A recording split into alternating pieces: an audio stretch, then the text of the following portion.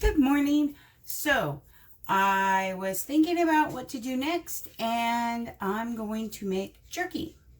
Now, the first thing I did was I looked around at all these recipes, and one of them called for smoked salt, and I figured, why not make it? And it turns out it's really easy. If you have a smoker, it's even easier because you just get some salt, throw it in the smoker on a pan, and watch it so it doesn't melt or burn or whatever. But that's it. Until it's as smoky as you want it, and then you pull it out, let it cool, put it in a container. I don't have a smoker, so what I did was this. I just made this. This is, I just used kosher salt because I have pink Himalayan salt in a grinder and I didn't want to grind it up. Anyway, this is half a cup of kosher salt and a tablespoon of liquid smoke. Whatever we have in there, it's like hickory or something. I turned the oven on warm, and then once it got warm, I shut it off, turned the light on, and I keep mixing because since it's kosher salt, it's caking like crazy. And that's it. Once it's cooled off and dry enough, I'll put it in a little tiny jar and be able to add smoke flavoring to whatever I want instead of having to figure out another way to do it. So anyway, so I have this. Then I'm going to do a combination. I'm going to do chicken breast and London Broil because I bought London Broil. It was on sale at Safeway. And I thought, oh my gosh, fancy meat. No, it's not. This stuff is horrible. I hate it. I mean, I tried to use it like round steak in this one recipe that I have. It's pepper steak. It's like a Chinese stir fry thing. And this was the toughest, most flavorless. Oh, it was awful. So I'm going to try to do this with London Broil. So in here, I'm going to have the recipe down here somewhere. I put half a cup of soy sauce. See that? Half a cup of soy sauce, a tablespoon of Worcestershire, because I love the flavor of Worcestershire. I put a teaspoon of the smoked salt, a teaspoon of garlic powder, teaspoon of ginger, much more than a teaspoon of cracked black pepper because it's pepper, and some red pepper flakes.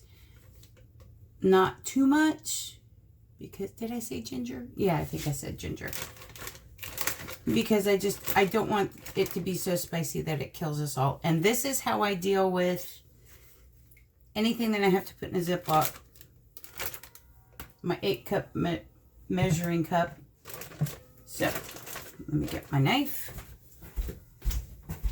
And I am going to, these are still, this is a little bit too thawed.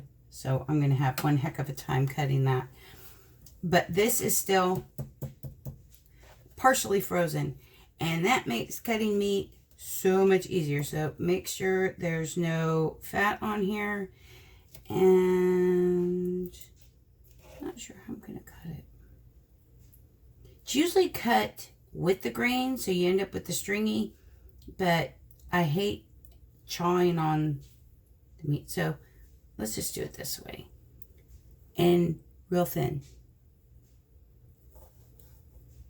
See that? Really thin.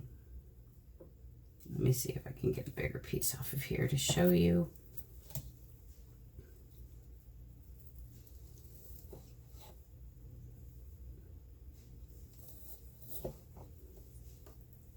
See? Really thin. That's the key, and this is probably too thick. But that's the key to getting it to be jerky and not big, huge beef chunks like the ones that they sell at Costco, which mold and go bad. But I'm going to do that with this.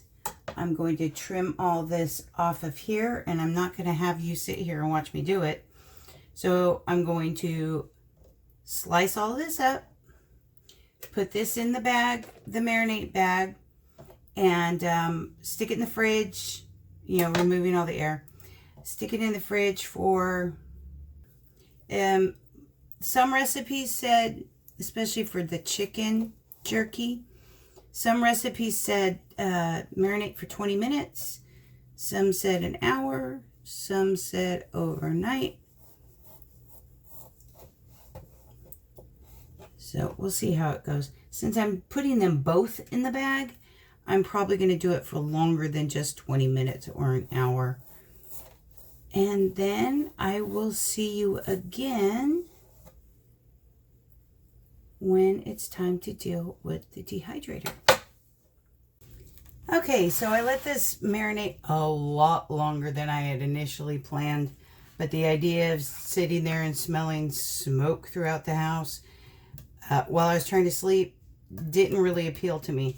So anyway, this has been marinating in the fridge for what, about 18 hours. I read online that to ensure that you don't get salmonella or anything like that, or any other kind of foodborne pathogen, whatever, that beef needs to be heated up to 160 and chicken needs to be heated up to 165 before you dehydrate. Or yeah, so my dehydrator only goes up to 145, so I put it in the oven. She said you turn the oven on to 300, you put the meat in the oven until it reaches the desired temperature, which she said takes about 8 minutes. So I put it in there for 9 minutes, just because I'm special like that, or extra. And so now I'm going to put it on the trays. What I did was, I never did say, I have 1.5 pounds of meat. And that's what this most of the recipes called for, 1.5 pounds of meat. So what I did was, I tried to separate it as best as possible so that the chicken was over here and the London broil was over here. And now I'm going to place it on the trays. And I'm really surprised that the chicken didn't soak up so much marinade that it's the same color as the beef. That really surprised me. So anyway, I will do this. Make sure that there's space in between the slices so that they can dry properly. And then I will run this at 145 for 5 to 7 hours. And we'll see. Make sure each of the pieces is flat, that kind of stuff. So we'll see how it comes out, and I'll see you when I'm done. So real quick, I wanted to remind you, I have a 3-tray dehydrator, and I have room left over, so 1.5 pounds.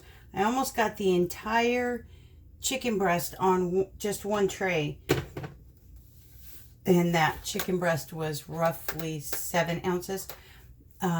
So 3 trays would be perfect. If you ended up wanting to double this or go over the 1.5 pounds, you would need more trays because there isn't much room left over.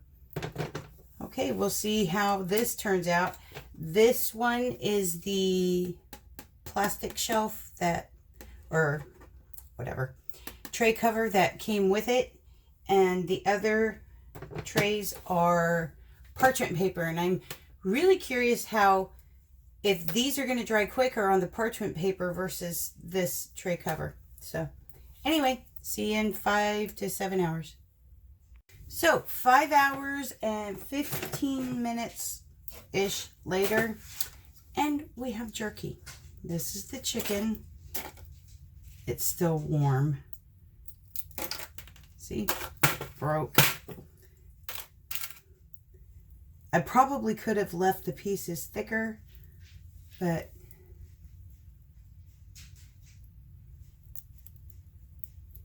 it's completely dry. And here's my beef. I haven't tasted this one yet. I hope this saved that London broil because, dear God, that was, yeah, the most flavorless beef I've ever eaten. Now, the one thing I will point out is this is the plastic shelf liner that came with this. These pieces stuck to this. And these, that was on the parchment paper. I think I'm going to, pretty much think I'm going to use parchment paper for anything or everything from now on. But I don't think that's too bad. You know, 5 hours, 15 minutes, something like that. Ooh, and that flavor's good. Okay, well, I hope you give this a shot. Have fun. See you later. Thank you.